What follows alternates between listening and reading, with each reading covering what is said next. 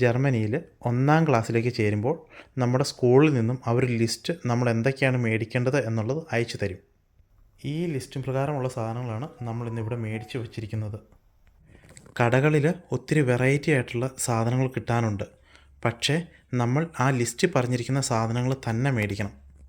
നമുക്കതിൻ്റെ പേരും ഡീറ്റെയിൽസും കറക്റ്റായിട്ട് നോക്കാം. ഒന്നാമത്തത് ഡിക്കെ ബ്ലൈസ്റ്റിഫ്റ്റ് എന്ന് വെച്ചാൽ നമ്മുടെ തടിയുള്ള പെൻസില്. ഇത് നമ്മുടെ നാട്ടിലെ പെൻസിലിനേക്കാളും കുറച്ചും കൂടി വണ്ണമുള്ളതാണ്. അത് നമ്മൾ നോക്കി തന്നെ മേടിക്കണം. ഇതാണ് ഡിക്കെ ബുൺസ്റ്റിഫ്റ്റ്, തടിയുള്ള കളർ പെൻസിൽ. ഇത് തടിയുള്ളത് തന്നെ നോക്കി മേടിക്കണം. ഇതാണ് റാഡിയർ ഗുമ്മി, നമ്മുടെ എറൈസർ. ഇതാണ് ലീനിയെ, നമ്മുടെ 15 സെൻറ്റിമീറ്ററിൻ്റെ സ്കെയില്. ഇതാണ് കിൻഡർ ഷെയറെ, പിള്ളേർക്ക് വേണ്ടിയിട്ടുള്ള കത്രിക. ഇതാണ് ഡോസൻ സ്പിറ്റ്സർ, നമ്മുടെ കൂർമ്മനപ്പെട്ടി. ഇത് കട്ടിയുള്ളതും കട്ടിയില്ലാത്തതുമായിട്ടുള്ള പെൻസിലുകൾ രണ്ടും ഉപയോഗിക്കാൻ പറ്റും. പൊടിയൊട്ട് പുറത്ത് പോകത്തുമില്ല. ഇതാണ് ക്ലേബെ സ്റ്റിഫ്റ്റ്, പേപ്പർ പശ. പക്ഷേ ഇത് ഒഴുകുന്ന ടൈപ്പ് പറ്റത്തില്ല, ഈ ടൈപ്പ് തന്നെ വേണം.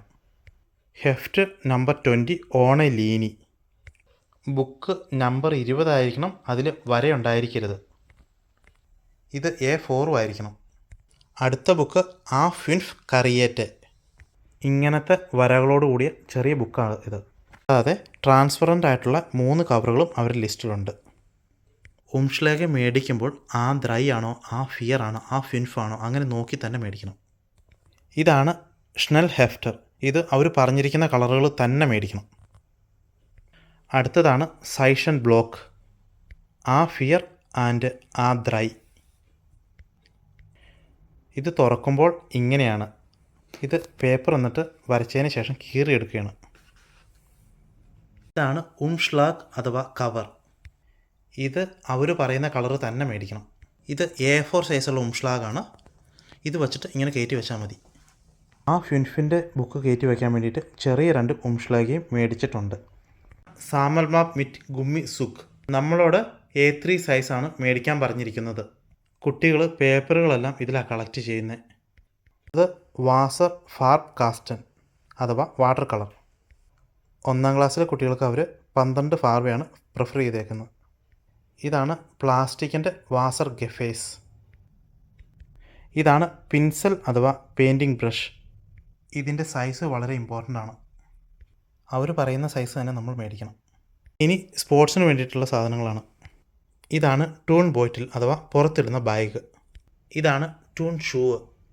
ഇത് മുകളിൽ കെട്ടുള്ളതായിരിക്കണം, അതുപോലെ അടിയിൽ വെളുത്തതുമായിരിക്കണം. ഇതാണ് ടൂൺ ഹോസെ ഉൺ ടീഷർട്ട്. ടൂൺ ഷ്ലേപ്ഷൻ. ഇത് കുട്ടികൾ തെന്നി വീഴില്ലാത്ത രീതിയിലുള്ളതാണ്.